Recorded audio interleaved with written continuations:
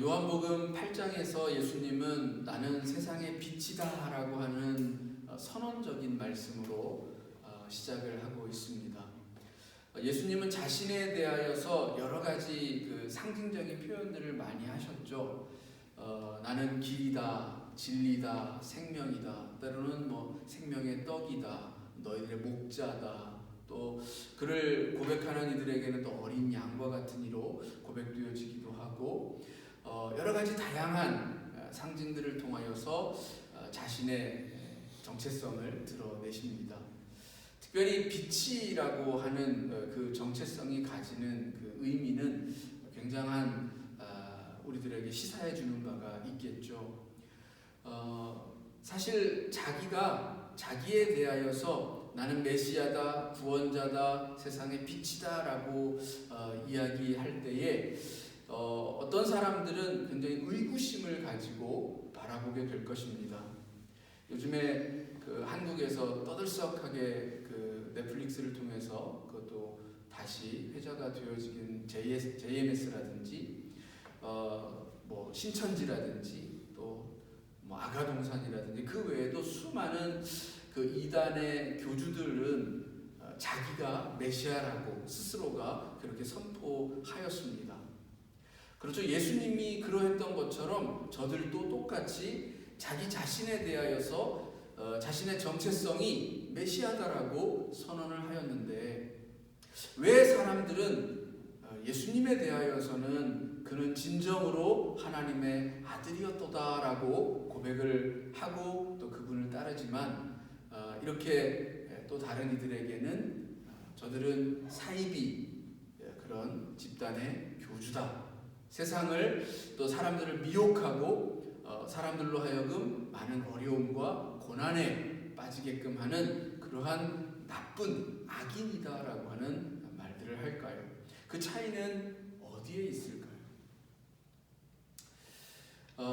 빛이라고 하는 것은 본래 보게 하는 것과 관련이 되어져 있습니다. 우리는 빛이 없이는 볼 수가 없죠. 그래서 빛은 항상 보는 것, 시각적인 것과 연결이 되어집니다. 빛과 반대되어지는 어둠이라고 하는 그것은 결국 앞을 보지 못하는 것, 내 앞에 놓인 세상이 어떠한지를 제대로 판별하여 분별할 수 없는 것과 관련이 되어집니다. 예수님은 소경된 자들, 맹인된 자들을 치유하시죠. 단순히 육체적인 보지 못함을 치유하시는 것뿐만 아니라 그들의 삶 속에서 마땅히 봐야 할 것, 제대로 보라고 하는 차원에서의 그 눈뜸도 말씀을 하십니다. 그래서 예수님께서 행하시는 이 눈뜸, 보게 함의 기적이라고 하는 것은 육체적인 눈뜸을 포함하여서 그것을 더 뛰어넘어서 영적인 깨달음, 지적인 암, 하나님이 주시는 하나님의 뜻들을 알게 하는 그러한 것과도 분명히 맥락이 닿아져 있는 것입니다. 이것은 우리가 일반적으로 그 이야기하는 용어에서도 분명하게 드러납니다. 누군가가 나는 까막눈이야 라고 이야기한다는 것은 글자를 제대로 볼 수 없다. 내가 지식적으로 글자를 통해서 스스로 어떤 지식을 활자를 통해서 책을 통해서 습득할 수 없다라고 하는 그런 뜻을 내포하는 것이죠. 그래서 그런 이들로 하여금 글자를 알게 함으로써 까막눈을 벗어나게 하는 것은 결국 그들의 눈을 밝힘으로써 새로운 세상을 보게 하고 또 새로운 지식들을 획득하게 하는 힘을 갖게 하는 것을 말합니다. 오늘 우리가 더 주목해야 할 지점이 바로 이것입니다. 예수님은 내가 세상의 빛이다라고 이야기할 때에 그것은 단지 우리가 그냥 소경되어졌다가 눈을 뜨는 그런 차원을 말씀하시는 것이 아니라 너희들이 알지 못하고 깨닫지 못하여서 암흑과 같은 인생을 살아가고 있었을 때에 하나님의 뜻을 밝힘으로써 그것을 알게 함으로써 하나님의 뜻 가운데로 나아오게 하고 그 뜻을 살아가게 하는 새로운 길을 보이셨다라고 하는 그 뜻을 가진다라는 것입니다. 그래서 예수님이 이어서 말씀을 하시죠. 나를 따르는 자는 어둠에 다니지 아니하고 생명의 빛을 얻으리라. 그래요. 근데 여기서 좀 독특하게 예수님은 나를 믿는 자라고 표현하지 않았습니다. 나를 믿는 자에게 어둠이 이르지 않고 생명이 이른다 이렇게 말씀하신 것이 아니라 나를 따르는 자 이렇게 이야기를 하였습니다. 믿는 것 다음에 당연히 자연스럽게 주어지는 삶이 바로 따르는 삶이겠죠. 오늘 우리가 예수를 우리의 구주로 또 진리로 받아들이고 그분을 믿기로 작정하면 당연히 이어지는 우리의 삶은 그분을 따르는 겁니다. 그분이 말씀하시는 것에 순종하고 나를 드리는 것이죠. 그래서 제자의 삶으로 나아가게 되는 것입니다. 그렇게 주님을 따르게 되어질 때에 다시 말해서 주님이 밝히 보여주신 그 선하신 뜻과 목적을 깨닫고 거기에 내 삶을 드릴 때, 즉 내 뜻대로 내 마음대로 과거에 내가 하나님의 뜻을 알지 못하였을 때에는 내가 생각하는 것이 옳고 내가 생각하는 것, 내가 행하는 것만이 옳은 길이다라고 여겼던 그 삶의 방식대로 행하던 것에서 이제 주님이 나에게 가르쳐 주시고 알게 하시고 깨닫게 하시는 그 삶 속에 나를 드리게 되어졌을 때에 과거에 내 뜻대로 하던 그 삶은 버려주고 하나님 앞에 내려놓고 빈 마음속에 이제 하나님을 품고 하나님을 따르는 삶을 살게 된다는 것이죠. 그럴 때에 거기에 생명이 깃든다는 겁니다. 사실 이 빛은 생명과도 당연히 연결이 되어집니다. 세상의 거의 모든 만물들은 이 빛이 없이는 살아갈 수가 없습니다. 빛이 있어야만 살 수 있죠. 당장 우리가 먹는 모든 음식의 가장 아래 단계에는 식물들이 있습니다. 근데 이 식물들은 빛이 없으면 자랄 수가 없죠. 그 식물들을 동물들이 먹고 또 그 동물들을 우리들이 섭취를 함을 통하여서 생명을 유지하는 겁니다. 그러니 빛은 당연히 생명과도 연결이 되는 것입니다. 자, 그런데 예전에 어느 그 SF 작가 아시모프라는 아이작 아시모프라는 SF 작가가 쓴 책 가운데 전설의 밤이라고 하는 책이 있어요. 이 그 책 속에는 어느 한 행성이 등장을 하는데 이 행성은 태양이 6개입니다. 태양이 6개라서 밤이 없어요. 낮만 계속 되어집니다. 하루 24시간이 계속 낮으로만 이루어져 있어요. 그런데 그 2000년에 한 번씩 이 역사학자들이 추적을 해보니까 문명이 멸망을 하고 이렇게 멸절되어졌다가 다시 이렇게 일어나는 일이 계속 반복되더라는 거예요. 그래서 이상하다. 왜 2000년마다 이런 일이 생겨날까? 그래서 한번 추적을 해보았더니 밝혀진 게 이 6개의 태양이 일렬로 쭉 서게 되어져서 일식이 일어나는데 그게 2000년에 한 번씩 일어나더라는 거예요. 그래서 그 일식이 일어날 때 아주 그 몇 시간 동안 잠시 동안 그 어둠이 아주 캄캄한 암흑이 찾아오는데 그 어둠, 그 밤이 찾아오게 되어졌을 때에 많은 인생들이 처음 맞이하는 그 밤, 때로는 그 처음 맞이하는 그 밤이 주는 두려움, 불안, 그리고 그것들이 또 우리 인간을 참 광란으로 만들어 가더라는 거예요. 그래서 서로가 서로를 죽고 죽이는 엄청난 일들을 벌임으로 말미암아서 한날에 그 문명이 멸절하는 그러한 놀라운 사건들이 벌어지더라는 겁니다. 어쩌면 그런 것 같아요. 어둠이라고 하는 것은 우리들에게 가져다 주는 것이 어떤 상징적인 부분이 있다라고 분명히 생각이 되어집니다. 우리가 어둠 속에 있을 때에, 우리가 캄캄한 밤 속에 있을 때에 불안함이 있습니다. 두려움이 있습니다. 그리고 또는 내가 행하는 것을 남들이 모를 거라고 하는 착각에 빠지기도 합니다. 그래서 대부분의 범죄들, 죄악들은 어둠 속에서 행하여집니다.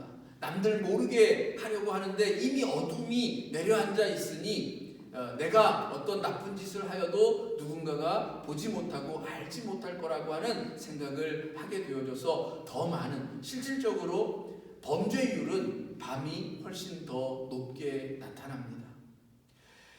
오늘 우리가 어둠에 다니지 않으려면 그리스도의 빛이 우리 속에 있어야 한다는 것입니다. 하나님의 생명의 빛이 우리 가운데 빛나고 있어야 오늘 우리가 어둠 가운데 다니지 아니하고 낮에와 같이 단정히 행할 수가 있는 것입니다. 우리가 어둠에서 빛으로 나아간다는 것은 또 한편 이런 뜻을 가지고 있어요. 내 삶의 길과 목적을 아는 것이라는 겁니다. 많은 사람들이 자기가 살아가는 삶의 목적을 모르고 살아갑니다. 그런 삶을 두고 암흑과 같은 삶이라고 표현을 합니다. 내가 왜 사는지, 내가 무엇 때문에 사는지 알지 못하고 살아가는 그 인생은 그냥 되는 대로 사는 거예요. 목적이 없는 인생이라고 하는 것만큼 허무한 것이 어디 있겠습니까? 그런데 우리 성경은, 우리 성경 속의 하나님은 우리에게 생명을 주시면서 그 생명 하나하나가 그냥 거저왔다 거저가는 것이 아니라 거기에 하나님이 두신 목적이 있다는 것을 이야기하십니다. 하나님은 우리를 통하여서 이 땅 가운데서 당신의 일을 하기를 원하시고, 하나님께서는 오늘 우리에게 주신 그 목적을 통하여서 하나님의 놀라운 세계를 펼쳐가기를 원하신다는 거예요. 우리 각자에게는 하나님이 주신 그 삶의 목적들이 있다는 겁니다.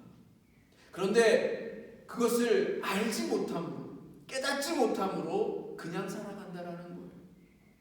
예수님이 이 땅에 오신, 그리고 내가 세상의 빛이라고 하시는 그 말씀 속에는 너희들이 아직 깨닫지 못하고 있는 너희에게 생명 주신 하나님의 뜻이 무엇인지를 알게 하시겠다라는 것입니다. 우리 스스로는 빛이 아니죠. 빛은 깨닫게 하는, 보게 하고 스스로 빛나는 것인데 우리 스스로는 빛이 아닙니다.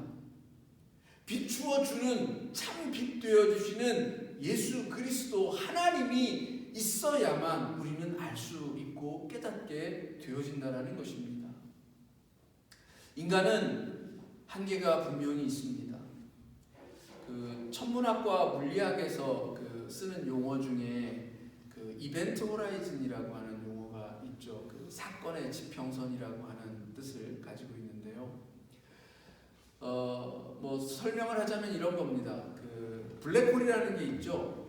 근데 이 블랙홀이라고 하는 것은 어느 경계까지 이렇게 가면 거기 이렇게 블랙홀에서 작용하는 힘을 영향을 받지만 그 안으로 이제 빨려 들어가지는 않는데 그 경계를 딱 넘어서는 순간 블랙홀 안으로 빠져 들어가게 되어지고 한번 빠져 들어간 그 블랙홀 안에서는 그 어떤 것도 사실은 빛조차도, 그 속도가 빠른 빛조차도 그 블랙홀로부터 빠져나올 수 없다라는 거예요.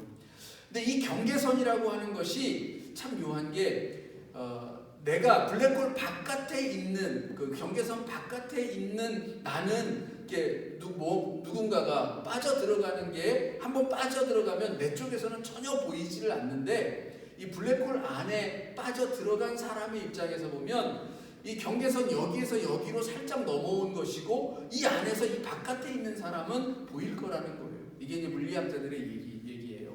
그러니까 사실은 그 경계선이라는 게 매우 참 이렇게 아주 미묘한, 아주 섬세한 어떤 그런 그 경계를 갖고 있는 그런 것인데, 그 선을 넘고 안 넘고의 차이는 어마어마하다라는 거예요. 그리고 그 속에 들어간 그 세계는 이 바깥 속의 세계에서는 전혀 알 수 없다라는 것이죠. 우리가 뭐 이렇게 거창하게 무슨 거시적인 세계 혹은 아주 그 섬세한 미시적인 세계를 굳이 이야기하지 않더라도 당장에 어떤 이념과 체계가 다른 그런 그 세계 속에 살고 있는 그 사람이 그 경계를 두고 마주하고 있을 때에 그 경계 너머의 삶을 이해한다라는 것은 굉장히 어려운 일입니다. 우리는 그걸 알고 있어요. 우리 민족은 특히 이 38선이라고 하는 경계를 두고 서로 이념을 달리하고 체제를 달리하는 남과 북이 마주하고 있습니다.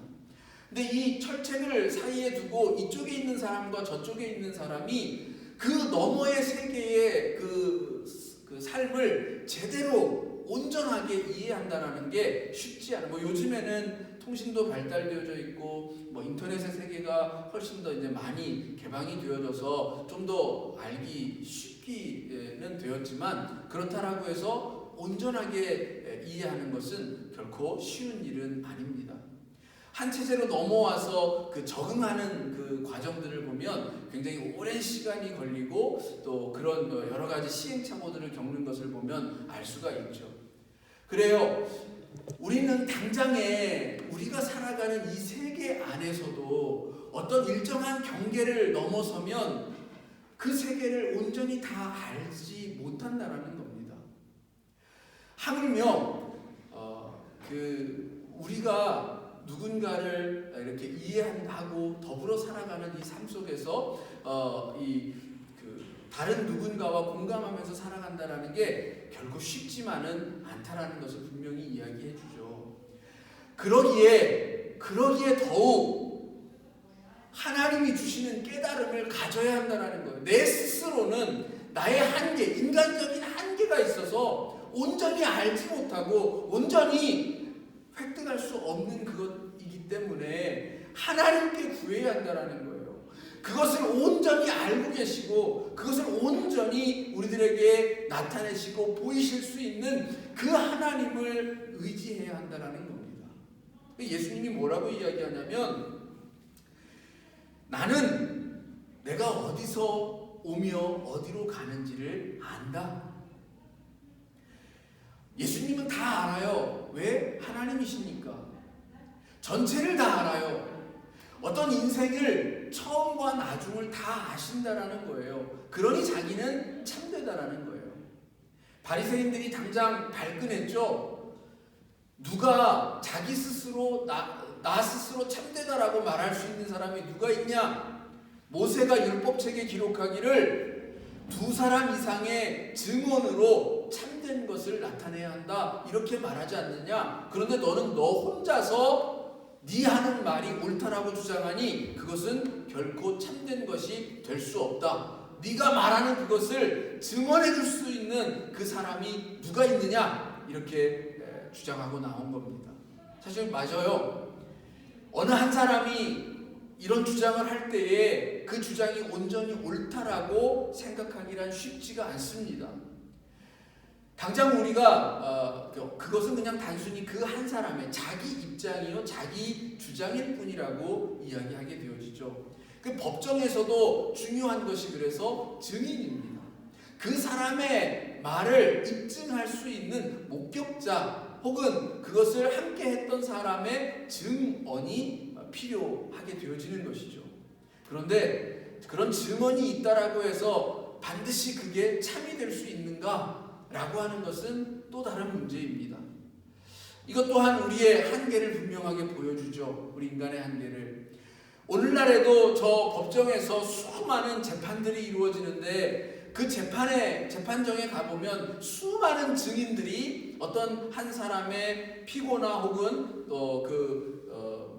다른 어떤 그 변호하는 어떤 사람들이 나와서 끊임없이 증언을 하고 증인들을 세우기도 합니다. 근데 아무리 증인이 많고 또 거기에 증언이 쏟아진다라고 해도 그것이 조작되어질 수 있고 날조가 되어질 수 있다라는 것 또한 우리가 알고 있습니다. 과거 예전에 그 유우성 씨라고 간첩 조작을 하는 일이 있었죠. 그와 같은 일들이 얼마든지 만들려고 하면 만들 수 있는 것이 우리가 살아가는 이 세상의 법정이라는 거예요. 그러니 두 사람 이상의 증언이 있다라고 해서 그것이 참되다라고 하는 말도 온전한 의미에서는 옳다라고 할 수가 없는 겁니다.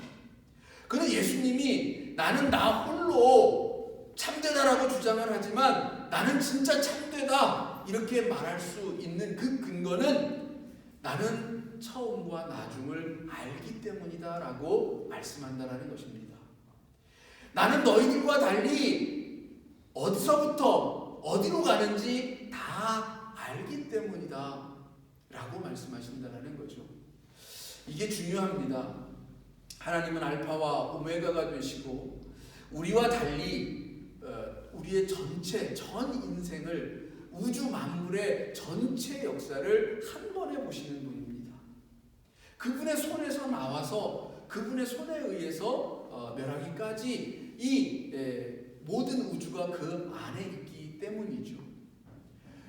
우리는 근데 그렇지 못해요. 우리 인생은 우리의 시각은 우리의 생각과 우리의 판단은 언제나 그 현재의 상황에 머물러 있습니다.